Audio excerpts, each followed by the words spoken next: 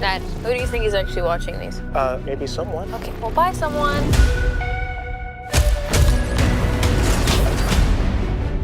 What the? Dr. Banner, you found a way to... Okay, so normally when a Spider-Man movie comes out, we know what we're getting. Guy gets bit by spider, guy learns responsibility, guy saves the day, everybody's home in time for dinner. Brand New Day is not that. And I don't mean that in a, oh, it's darker now, marketing copy kind of way.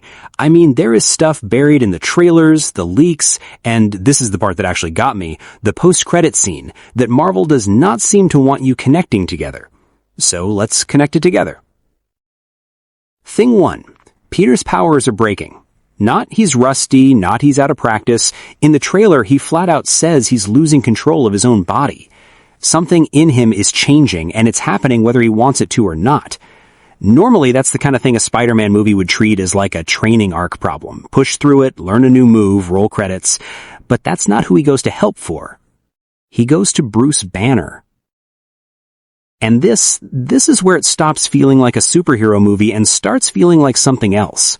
Banner's built a device. Its entire job is suppressing what Marvel is calling mutating DNA. And before he hands it to Peter, he gives him one instruction. If you ever see me without this thing on, run. Then, on screen, no warning, he takes it off and he turns into the Hulk right in front of him. So just sit with that for a second. The film's answer to Spider-Man's powers are becoming unstable is to introduce in the same scene a guy who built a machine specifically to stop his own body from doing exactly that. That's not a coincidence. That's the movie telling you what Peter's actually dealing with without saying it out loud. And it gets weirder. Leaks point to Peter using Shocker's gauntlets at some point to fight the Hulk. Tombstone's in it, Tarantula's in it, Boomerang's in it. There's a criminal organization called the Hand woven through the city. And on top of all of that, the actual premise of the movie is that the entire world has forgotten Peter Parker exists. Not he's incognito, forgotten, like wiped.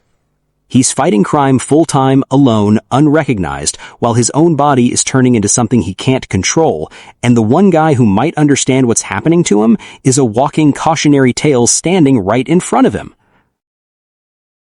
That's not really a Spider-Man premise, that's a something is happening to me and no one will tell me what it is premise. Okay, and here's the part that made me actually go back and rewatch the trailer. Marvel didn't drop this trailer normal. They released it in 1 and 2 second clips through fan accounts in different countries on different days. Fans noticed the versions didn't fully match each other. People started pointing out shots that looked digitally altered, like something was edited out of frame. Now, could that just be marketing being weird for attention? Sure, probably. I'm not saying it's some grand conspiracy. But when a studio is that careful about what pieces of footage go out and in what order and to who, that's usually because they're protecting one specific reveal, and I think I know which one. The post-credit scene. No dialogue, just Ned's spider tracker app pulled up searching for Peter's signal. And it can't find him on Earth. The read is that he's in space, but the distance being picked up is so massive that some people think it's not space at all. It might be another universe entirely. So think about the shape of this whole movie again knowing that. A guy whose body is mutating into something he can't control. A guy who goes to literally the one Avenger who's lived that exact nightmare. A world that's forgotten he exists, and an ending where he's gone. Not dead, not defeated, just gone. Somewhere no one on Earth can even reach. And despite all of that, despite the fact that nobody fully agrees what this movie even is yet, it's already tracking as the second biggest Spider-Man opening ever, behind only No Way Home. People are showing up for a Spider-Man movie that, by the studio's own marketing, doesn't want you to fully understand what's happening until you're sitting in the theater. So, I don't know, maybe I'm reading too much into a trailer, wouldn't be the first time, but if Peter Parker really does end this movie stranded outside his own universe, that's not a sequel hook. That's an origin story for something Marvel hasn't announced yet. And we won't know what until July 31st.